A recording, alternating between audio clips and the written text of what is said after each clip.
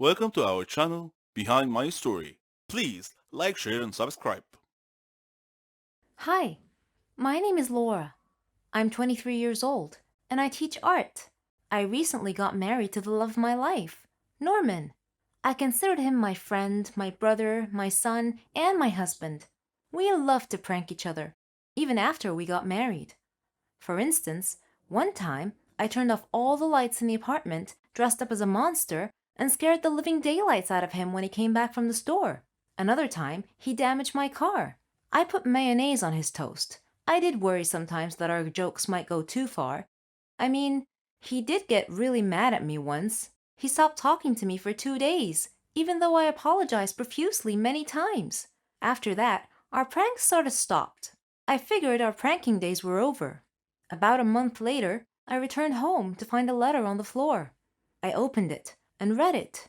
If you don't pay us 100,000 by Friday, we will kill Norman. I smiled. Norman was pranking me again. When he returned home, I hugged him and showed him his prank letter. He read it carefully, and his brow furrowed. He appeared seriously frightened and swore that this was not part of any prank. He told me that we needed to leave town as soon as possible. I asked him why, and he told me that before he married me, he had stolen a gold statue from a motorcycle gang. I asked him why he couldn't just return it with an apology, and he told me that the statue was worth a lot of money and could make us really wealthy. That night, an armed masked burglar broke into our apartment and confronted us with a gun. He said to Norman, "Hello, Norman, long time no see. You need to choose between the statue or your wife. Choose now." Norman was hesitant. Then he steadfastly said, "I can't give up the statue. Take my wife." The masked man turned towards me. He pointed the gun at me in a threatening manner. I was frantic. I was staring at Norman in shock. Suddenly, the masked man ripped off his mask. It was Keanu, Norman's brother. Norman sat down, laughing so hard he could hardly stop to breathe. Between laughs, he said, "This is payback for the last prank of yours. I was so mad at him that day, but it's all right. He doesn't know what I have planned for him." Every little girl is supposed to want to grow up to be a beautiful princess. How can you blame her? She grows up knowing that a glass slipper from the prince will change her destiny. She also knows that she may fall into a deep slumber only to be rescued by a princess kiss. Let's not forget the fairest of them all. She manages to be loved for cleaning after 7 short men. Wow, the world we have created for our beautiful creatures. I watched all these cartoons. I imagined my prince choosing me over all of the others. I imagined dancing across the ballroom while everyone's eyes followed my graceful steps. I was the envy of every ball in every childhood fantasy. These fantasies were quite a contrast to my reality at home. Now, allow me to elaborate before you jump to conclusions. I had a fantastic childhood. From as young as I can remember, my mother kept my hair short. As a toddler, this meant wild red curls. The majority of my pictures were of me in funny poses. One with my father's big glasses, another with ketchup all over my face, and another swinging off a gate at our home. There are very few pictures where I'm sitting like a pretty proper girl with perfect clips in my hair. In fact, I remember always getting scraped and having yet another bruise on my knee. As I got a little older, my classmates had perfect pigtails and long ponytails or fancy clips. I remember looking at the flowing locks of hair wishing I had the same, but I had a boy cut. Yes, famously known as the Diana cut. Surprisingly, I looked nothing like Princess Diana. Instead, I looked like a skinny boy with bruised knees and short black hair wearing a dress. In fact, I once went on a strike and refused to go to the salon, so my mom was forced to grow out my hair. I think I lost the battle when I started looking like a philosopher with sideburns and thick hair on top. According to my mom, it was so I could enjoy being a kid. so I could run, jump, swing from the monkey bars without having to worry about a ponytail or braids getting undone. Finally, I started looking like a girl. Nonetheless, it was a long journey. I still was not able to do what other teenage girls did. For some reason, I was not allowed to wear lip gloss, blush, or mascara. Instead, I would get a face cream, some nice clothes, and I was sent on my way. This actually lasted all the way to high school. I finally put on eyeliner during senior year in high school and also experimented with lipstick. But by then, all the girls were way ahead of me. They had been putting on makeup for years. They knew what foundation, blush, concealer, and primer was. I was just getting started. There was no way I could catch up. After all, I just realized I could straighten my hair. So, I am assuming when you hear the scenario I describe, you feel very sorry for me. I sound like a plain Jane feeling like an ugly duckling when all she needed was a pretty set of pigtails and lip gloss. Well, here is the catch. I never felt ugly, and never even knew I was a plain Jane. I never felt like I needed lip gloss, and I certainly never felt like I needed any concealer to conceal anything, ever. Other than wanting long locks of hair, I was simply perfect in my mind. In fact, now that I look at pictures of the plain Jane, I'm so surprised about how pretty I felt inside. I only know that because I was able to try so many new things, take risks, and excel in so many different things in school that I must have honestly thought I was pretty amazing all the way around. I'm not saying this to brag, I'm simply analyzing how a plain Jane surrounded by beauty queens managed to be well-rounded, extremely confident young girl. I did see not myself the way I see myself in those photos now. Now that I know the power of concealer, blush, and eyeliner, I also did not see myself perhaps how others saw me. I saw me how my mother saw me. My mother never called me beautiful. In fact, she never called anyone beautiful. My mother only talked about other girls as smart, funny, classy, or confident.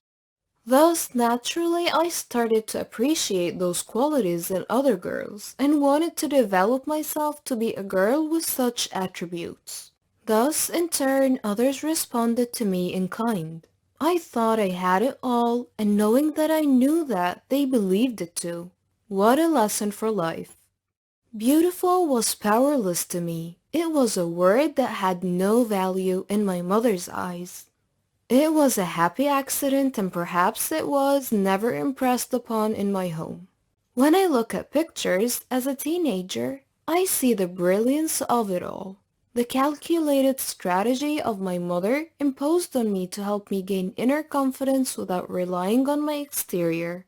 In fact, it was not until I reached adulthood, mid-20s, did I realize how others viewed me physically. It was through the eyes of strangers that I realized how much people really respond to and judge you on your looks. Luckily, I had blossomed from a plain Jane to someone who understood the power of makeup by then.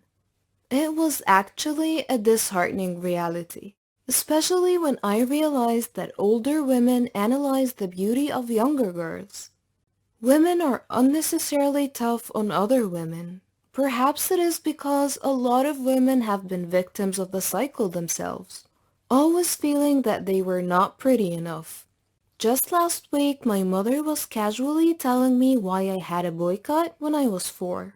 It went beyond the fact that she wanted me to run and jump without hair in my face. She simply said, "You looked so cute. The short hair was part of your charm."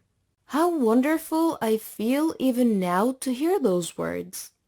My mother really thought that, even as a child, her daughter's charm was the most important thing.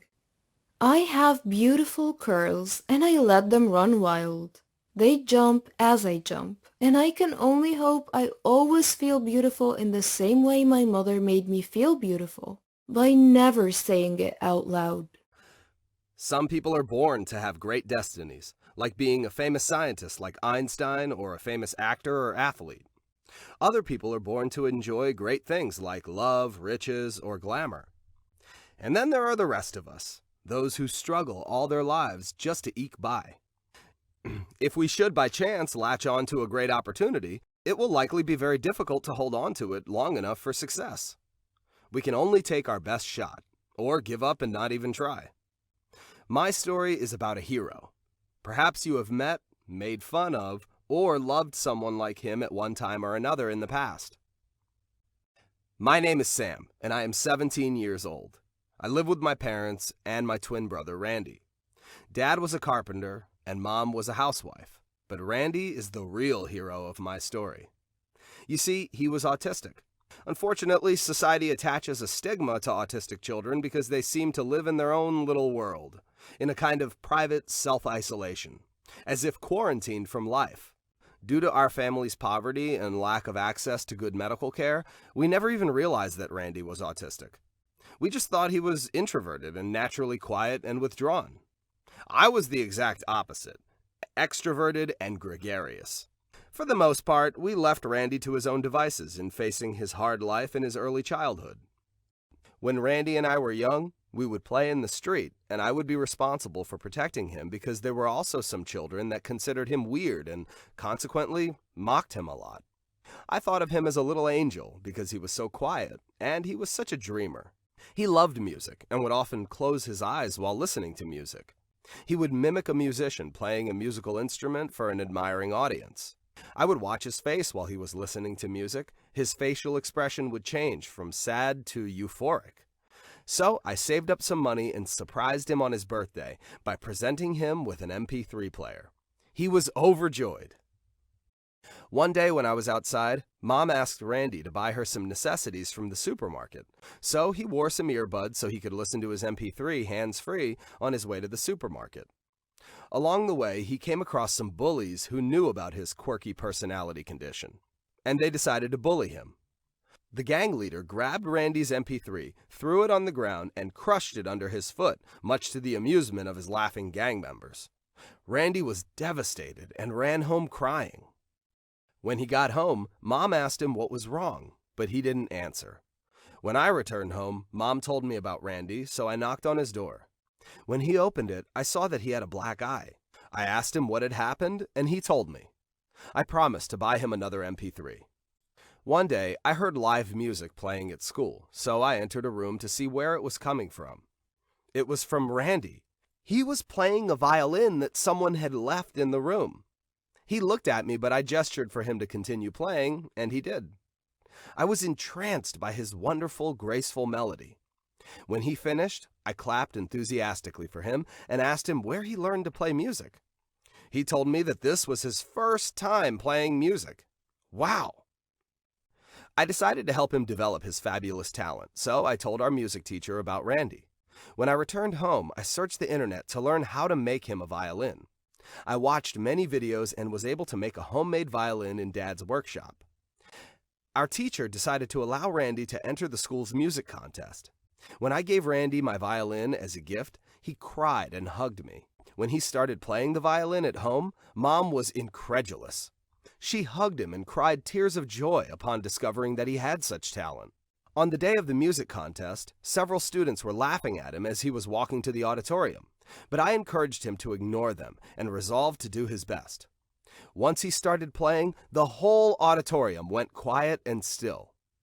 After a while, I could see some students actually crying due to the slow, sad, seesaw strokes on his violin strings.